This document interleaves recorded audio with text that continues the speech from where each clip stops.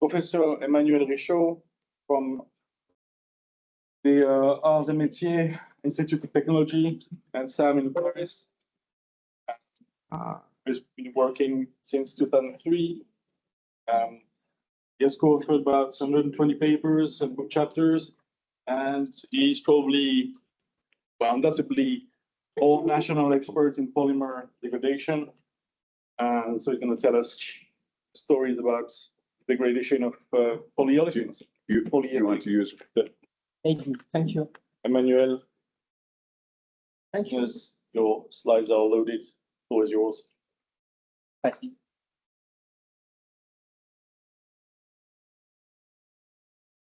you go. You have 45 minutes. You can cut me before if you want. I won't cut.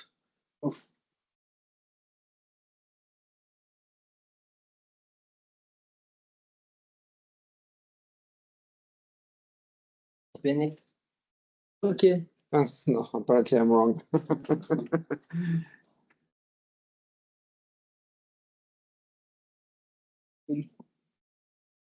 Massage. Oui, ah bah non, super copain, on peut y aller. Hein. Je le défends. Je le défends, tu vois. It's okay? Oui. Je suis pas sûr. Hein. Faut appuyer sur le bouton, non, ça va? Non, je te confirme. c'est pas travailler. Ah bon, le pointeur? Non, c'est pas les pointeurs, je pense que tu mets en mode présentation. Ah, mais.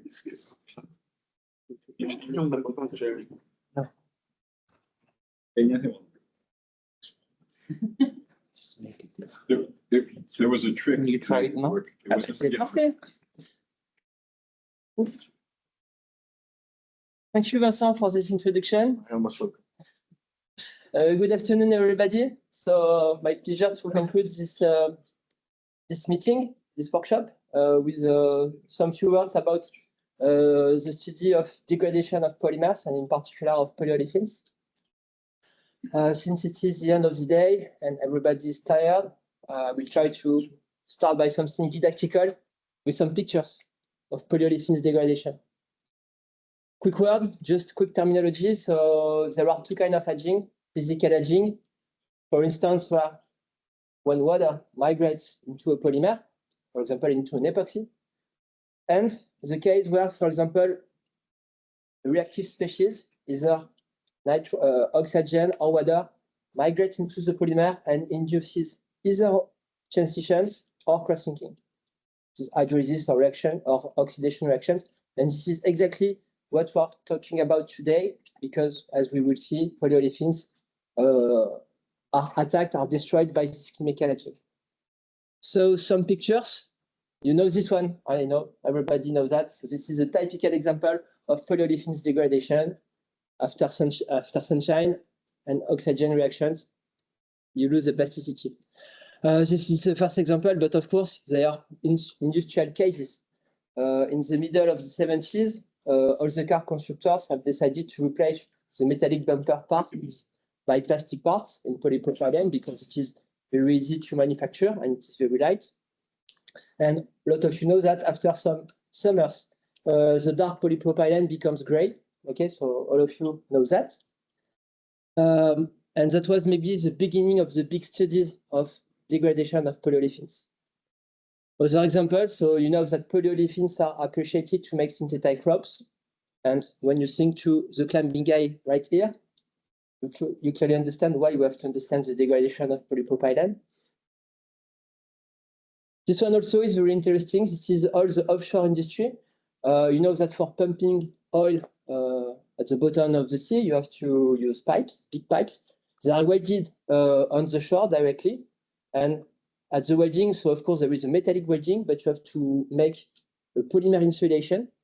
Otherwise, the viscosity of the oil will become too big and it will become too difficult to pump. And also you can imagine that the polypropylene, which is used here, has to be oxidation resistant because otherwise you can have some leakage of polyolefins and the break. Yeah, I like this one very much because that was my thesis. Here, this is a textile of polypropylene. It is named a geotextile. They are used under the ground, under the road, under the pavements for some geotechnical issues. I will not have time to explain you that, but you can imagine that when they are settled just below the road, it's very difficult to check, to inspect, to survey, and to observe any degradation to replace. So degradation has to be predicted and well controlled. And when I did my thesis, what happened after? Some years after, it was the pandemics. And one day, just after the beginning of the pandemics, when we were locked down at home, I received a phone call. What's your feeling about the degradation of polypropylene fibers? Because it is also kind of geotextiles. And as James has just said, there is nothing much more aggressive than a washing machine. That was the issue. Well, and the same for polyethylene. This is oil tank for your car.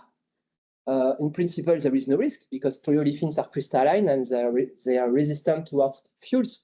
But in the 10 years before, we have replaced the fuel, the diesel, by a mixture of diesel and fatty acids. And those fatty acids can migrate into the polyethylene.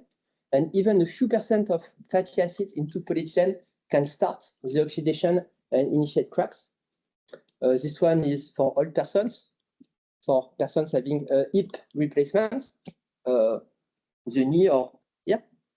And what is expected by engineers is a good sliding properties of polyethylene over the copper chromat alloy. Okay, so polyethylene is used, but you can imagine that if polyethylene is oxidized naturally, and in particular in presence of synovial fluids, it will eject some small debris, and they will go into muscles and create some osteolysis reactions. Nuclear industry, where polyethylene is used as sheets for insulation, and this one coming from the 2003 canicule in France. It's for pipe used for distributing water into cities. Before they were indeed, but now they are in polyethylene. You understand why? In principle, in those pipes, there is a big pressure. So pipes are designed for taking into account the creep. So in principle, it is well designed because engineers, mechanical engineers, know well their job. But due to the high temperature in the ground, 40 degrees, 50 degrees, it was the coupling between creep and oxidation with that effect. And you can imagine the cost for intervention and for replacing that very quickly. Well, so that was small introduction. A few words about what truly occurs in terms of chemistry, the chemistry of oxidation. Okay, so I will show mainly the polyethylene because it is very simple, but you will see that polypropylene is basically very close. In polyethylene, you can trust that after the synthesis, after the processing, after the storage of the pellets, or after the storage of the part, there is always, but always, at least one defect. And I will not speculate about its nature. This is not my, I have no time today. But for sure, this defect will react. And it will react and finally attack the polyethylene chain and abstract nitrogen. So you create a species with a single electron. And you know that any single person is very reactive. Doesn't want to stay alone. On se rassure comme on peut avec cette petite blague. So it will react. It can react with oxygen because oxygen is itself d-radical. So you create something which is named the peroxide.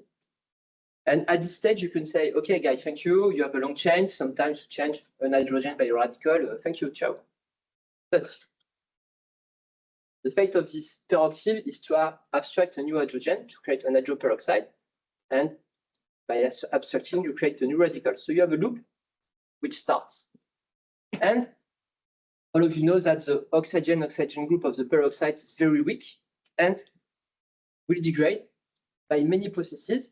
But finally, you will create either alcohols, not too significant consequences, or transitions here. And that's, in fact, the issue. So finally, at this stage, we can just look at this mechanism and say, okay, we had just one defect, but this defect will generate one hydroperoxide, which will give two radicals, plus another one here, something that will become a radical. So one radical gives 3 radicals. So something which is highly auto-accelerated. So that's the problem. If you have just one defect, at the end, it will go faster and faster and faster. The driving force is the bond dissociation energy. The more easily the CH can be broken, the faster the oxidation will go. And that's the reason why polypropylene is in general much more degradable, because the tertiary CH that are here are much easily broken than the secondary CH here. Okay. And in terms of difficulties, you know that polyolefins are solid polymers, so analyzing all this chemistry is a challenge. So I will say a few words about that now. So as soon as it was discovered that polyolefins easily oxidized, many researchers are investigated to validate, to quantify this mechanism, to observe the intermediate species or the stable product, and to quantify them. So a few examples coming either from our lab or others. This is not the aim today to show that we are the best of the world. I suppose that you know ESR, and many researchers have investigated using nitroxyl probes to detect all the kind of radicals and to validate basically the mechanism I have presented before. You can imagine that radicals have a very short lifetime, so they are very difficult to observe. So it was much more easy to identify and quantify hydroperoxides, which are basically the key species because they initiate the loop and they initiate the scissions, basically. And it is very funny because having an electron spin resonance is complicated for many labs. Quantifying hydroperoxide is a game, frankly. You can do it by FTIR. This is from my thesis. I was young. Okay, in pink, it is a spectrum of FTR of polypropylene oxidized. Okay, so you have this big signal here due to hydroxyl groups. And if you destroy hydroperoxides, for example, with sulfur dioxide, you decrease the bond, and the difference is the concentration in hydroperoxides. There are other treatments. For example, we all know that hydroperoxides react with iodide. Well, so it's a game, and it's easy to validate, to understand the presence of hydroperoxides. And of course, there are papers dealing with the analysis of stable trackers, for example, by NMR. I know that in Montpellier you are very skilled in NMR. But the most easier technique to analyze polymers, oxidized polymers, is the FTIR, because a big signal occurs in the carbonyl region. It can be deconvoluted, it can be each species can be quantified, and the signal can even be quantified. For example, carboxylic acids can be neutralized by ammonia, and you can make disappear this signal here. Esters that are here can be destroyed by ammonia as well. So well, it is very easy to quantify, to detect all the oxidation products. And that has been a big part of the research polymer oxidation, determining and understanding the oxidation mechanism. Using that, many polymers have been studied and compared. And I can make, for example, this morning we had a very interesting talk about various kinds of catalysts. And for example, it has been shown that depending on the synthesis, polymer synthesis processes, there is a very huge difference in stability. For example, right here you have all the Ziegler-Natta polyethylenes, and here you have the famous Phillips polyethylenes.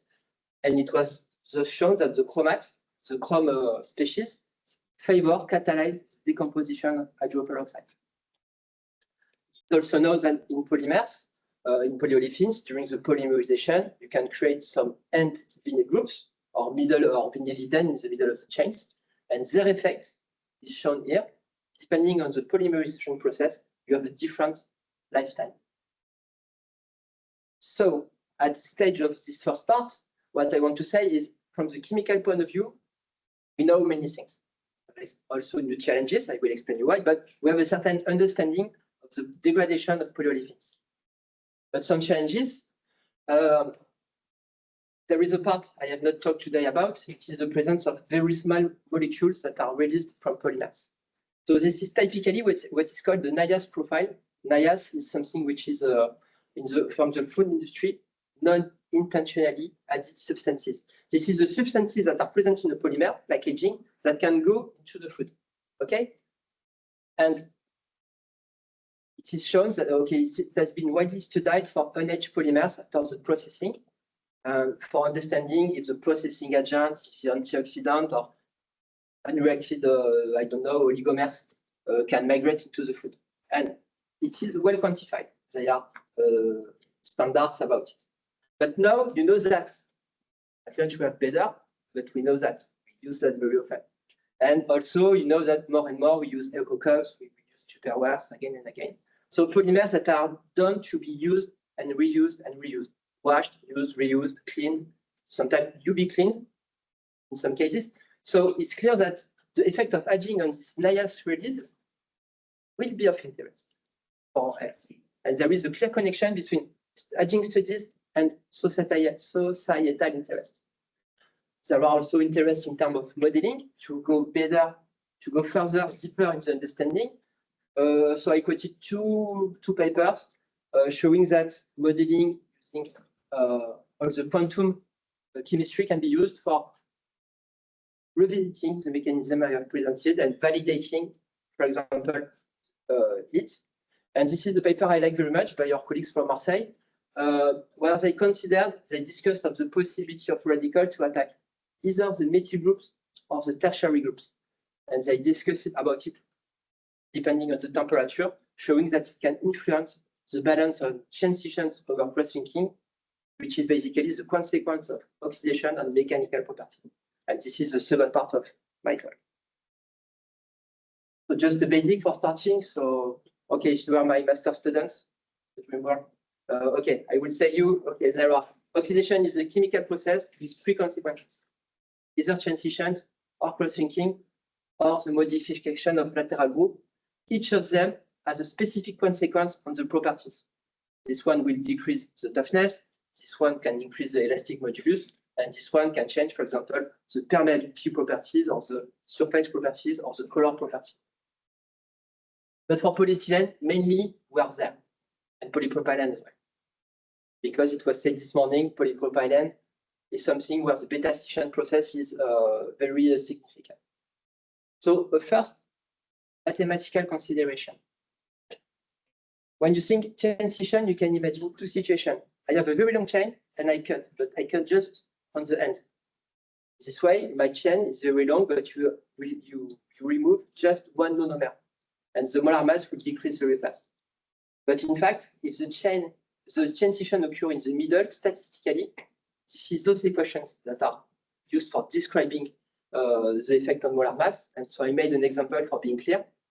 If you take a very low level of chain scissions, one scission per chain, basically, for this kind of average polymer, you see that the molar mass decreased by a factor more than 2. It means that polyolefins are very sensitive to even some small level of chain scissions. And the embrittlement, the loss of property, will occur at very low level. So this is a pioneering example of polypropylene. So sorry for all the picture. We will just look at this one. This is polypropylene oxidized at various temperatures, but we can just look at one. So the carbonyl increase is the consequence of oxidation, and the molar mass and the ultimate elongation decrease in the same time, but very, very, very fast. It proves that even the very low level of oxidation is enough for losing all the properties. So this is the big message of this slide. Okay, and here this is viscosity used as a tracker of the chain scissions, because you know that viscosity of a polymer is a direct consequence of its molar mass. So when the viscosity decreases, the molar mass decreases. This is the testimony of chain scissions. So I will rebound of Jean's presentation this morning. So you have shown us something very comparable. I was very happy with that.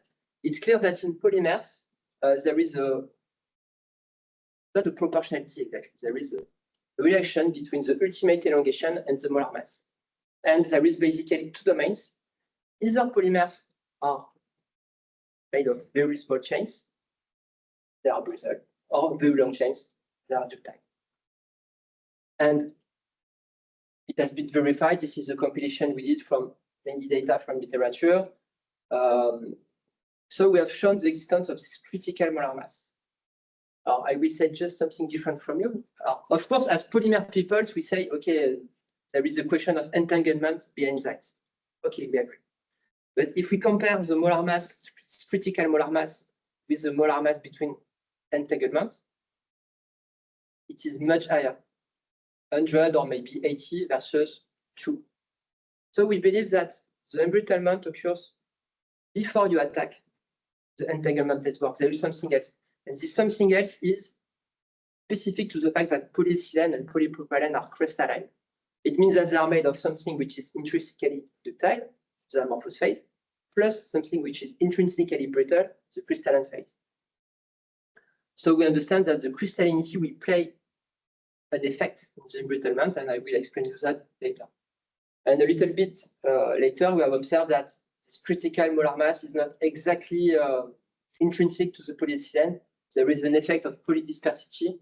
I mean, you know that there is total people today. You make some polydispersed polyethylene, bimodal. So the embrittlement of the long chain has not the same consequence as the short chain. So, okay, we are looking at it now, or putting it simply. Well, let's go back to this question of embrittlement. During aging, we have monitored, for example, the change in crystalline ratio, but also, for example, using SACS, the thickness of amorphous lamellae. And we have concluded that during the transition process, the crystalline part increases and the thickness of amorphous lamellae decreases. So we have concluded that we have a chemical crystallization mechanism. Basically, for saying it simply, you cut chains, they are amorphous, they are mobile, and they go into crystalline phase. So it means that at the beginning, I have something which is 50% crystalline, 15% amorphous. My amorphous part becomes brittle, and instead of being 50%, it lowers to 40%. Meanwhile, the crystalline phase, which is rigid and undeformable, go to 60%. So you have a transfer, and that is an aggravating role of the oxidation on the embrittlement. Well, this is a scheme for explaining that. At the beginning, any polyolefin is ductile because it is made of long chains and are moderately crystalline. And during aging, progressively, the molar mass decreases and the crystalline ratio increases, and it makes them brittle. Okay.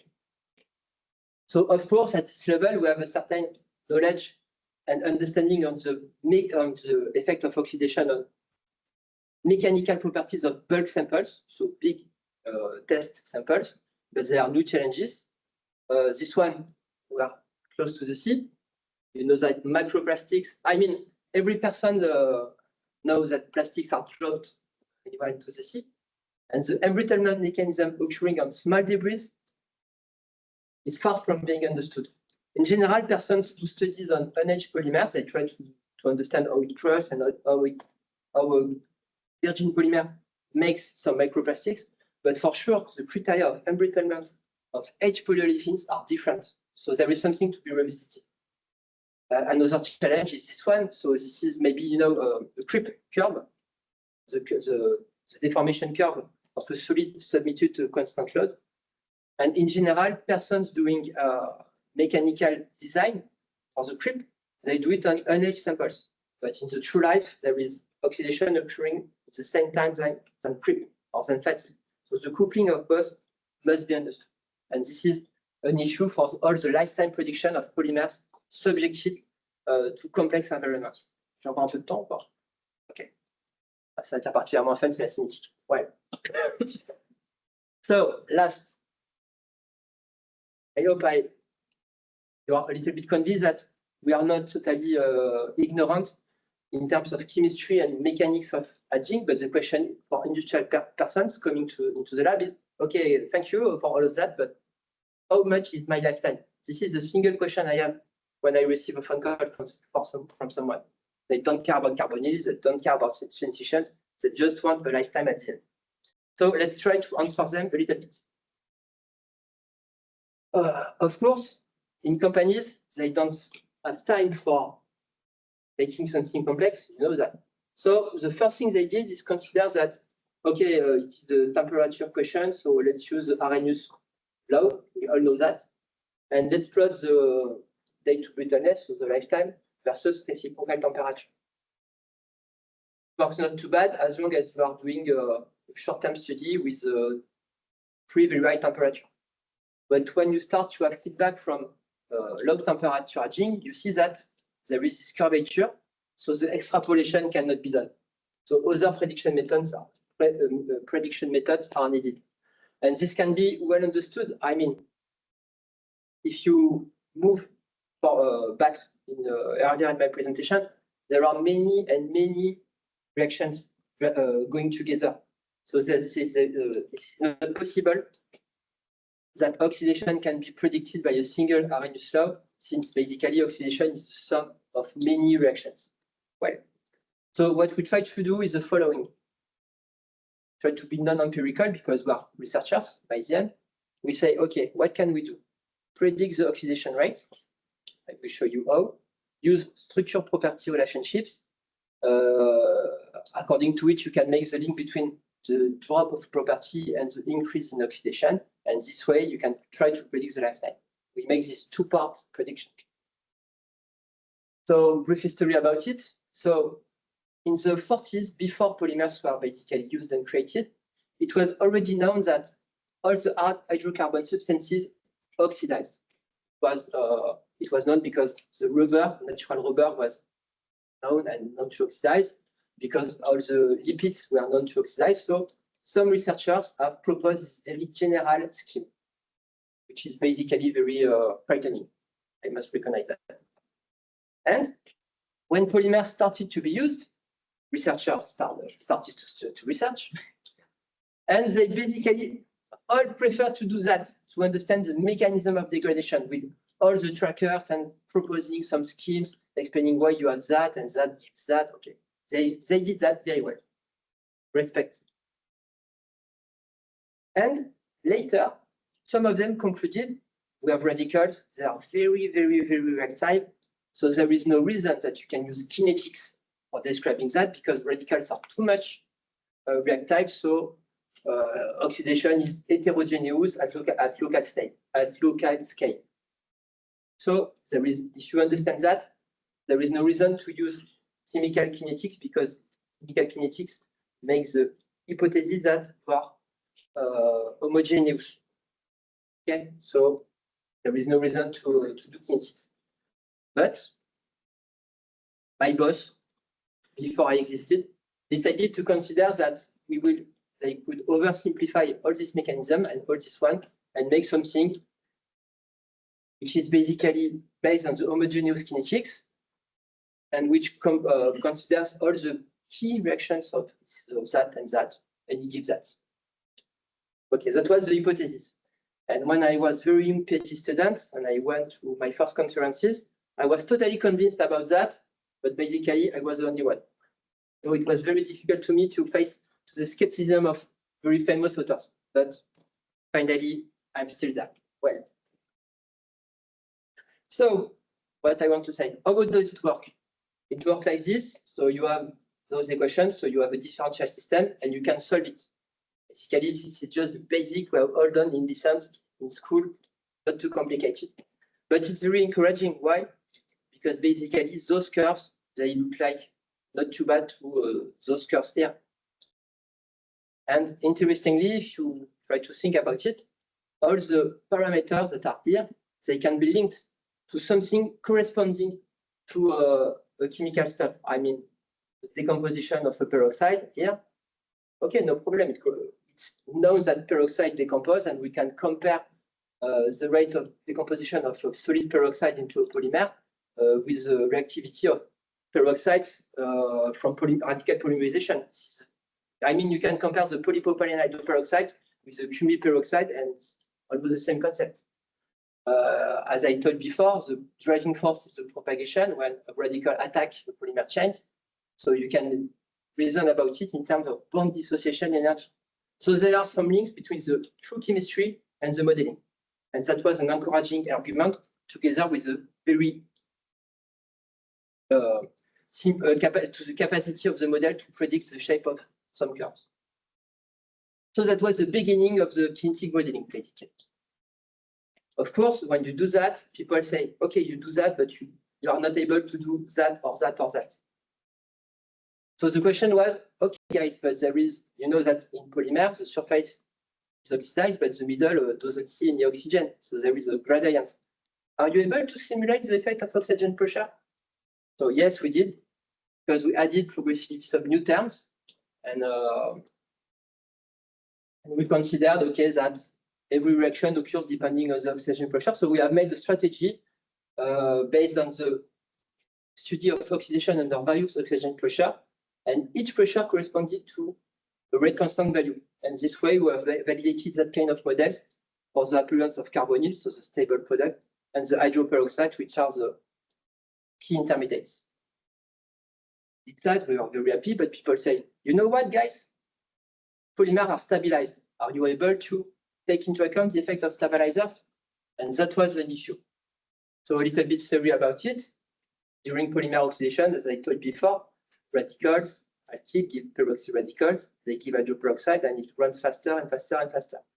So to stop that, either you destroy the hydroperoxides with phosphites or sulfites, or you trap radicals with antioxidants, either phenols or amines, or nitroxyl radicals. So, and of course, it is very complicated. It is a very big complexity for kinetic models. So, in the middle of the 2 or 10 years, we have made mixtures and mixtures of polymers with various quantities of antioxidants, phenols, amines. We have injected in the kinetic models the well-known reactions and the well-known rate constants. For example, this morning, someone has talked about Johan Guillaneuf from Marseille. Johan has made many studies about the reactivity of nitroxyl radicals. So we have injected the reaction together with the corresponding rate constants. And this way, we have simulated the effect of many kinds of antioxidants. Well, of course, this aspect is now also subject to many prospects. For example, photostabilization is very, very interesting for many, from many aspects. First, because photo-oxidation, I mean all the UV light aging, is something subjected to gradients. The polymer oxidizes very fast on the surface, and a little bit on the back surface, and in the middle, nothing. There is the gradient of oxygen diffusion, the gradient of light, that is very important in the first microns and not too much in the deeper. And we have to integrate some photophysical processes where basically the photons react with UV stabilizers without destroying the polymer. So this is a huge complexity to be taken into account. And there are also papers revisiting the notion of local heterogeneity. This is, for example, the case of polymer in which oxidation is very fast, very, very fast compared to the Rose time. So, you know, Rose time is a rheological time describing the mobility of the polymer. And so there are persons doing molecular dynamics for understanding better what occurs in the microscopic, nanoscopic scale, basically. Well, so there are many things to be done again in kinetic modeling. But for now, it brings me to the conclusion. I hope I was on time. So I have also my tribute to Giulio Natta, this one. So in the middle of the 50s, it was the beginning of the boom of polyolefins with Hitler, with Natta. So I like this one, Fato polypropylene. That's very class. And soon later, Semenov, so maybe you know this guy because he has a Nobel Prize, he introduced the concept of in-chain reactions, which is basically the concept of oxidation. And it was the beginning of many and many papers. I've shown you a brief overview about it. And after having partly understood the mechanism, it was the beginning of uses in durable materials. So I have shown you some examples this morning. And the more durable, most important is the need to understand the lifetime and the need to develop powerful kinetic models. So this is a recent example by a colleague with the gradient of oxidation in an epoxy. So the empty bubbles are for glass fibers or carbon fibers. Okay, and you see the gradient here. So, and which is very interesting is that for doing that, you need chemistry, but you need to talk with mechanical engineers, because they will couple the chemical level of oxidation with finite element methods for designing the mechanical behavior of an heterogeneous material.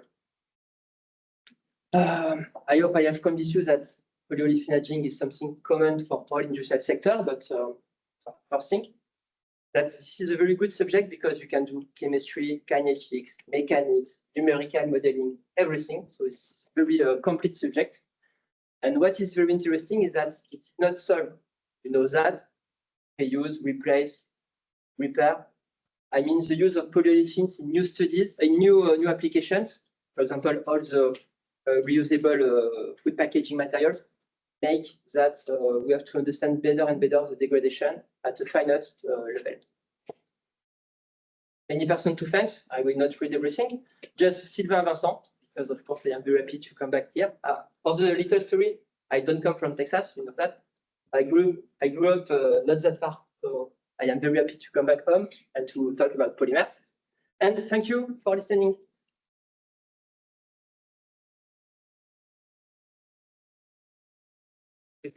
Thank you, Emmanuel. Do we have any question for Jean? Thank you very much for your presentation, Emmanuel. Very nice to talk. I have a question regarding, so now you are the expert on oxidation. Non, mais c'est lui qui décide, pas vrai, hein. Especially on polyolefins, and you've seen polyolefins age many different ways. Have you noticed like trends in particular? Okay, this type of polyolefin in this particular environment or under this particular stress, I observe way more of this type of carbonate or way more of that type of carbonate. Do you know how you can orient the oxidation? How you can? This is a very, very good question. I have not the answer, but this is the okay. Clear issue. This is of Ibuendur now. Okay, in automotive company, you know, they manufacture parts. The big question for them is, can we qualify them with the famous weatherometer device machine?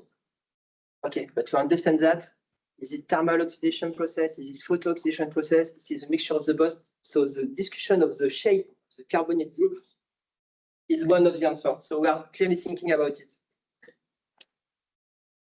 But I will not give you now. But no, there are photophysical processes destroying some ketones by UV light, but okay. Okay. Alexandra. So lately, there are a lot of composites which use biomass and have a lot of phenol groups and all this, and they claim they have, I believe them, that they have antioxidant properties. Yeah. Do you feel this could is a viable solution to delay oxidative degradation, or is it just like, okay, we measure oxidation, it has some antioxidant properties? Okay. This is a very good question. Luc Abrousse, so a good friend of Sylvain, made some nice paper with lignin used as antioxidant. So for being clear, from the theoretical point of view, it works. After the question is, you know, if you take a thick polymer part, you have to imagine that the antioxidant can be in the middle because of the processing, and it has to migrate from the bulk to the surface. And in general, when you consider either a synthetic fiber or a bulk or a film or polymer food, sometimes the film, the stabilization strategy is not the same. So lignin can work, but it depends on which conditions.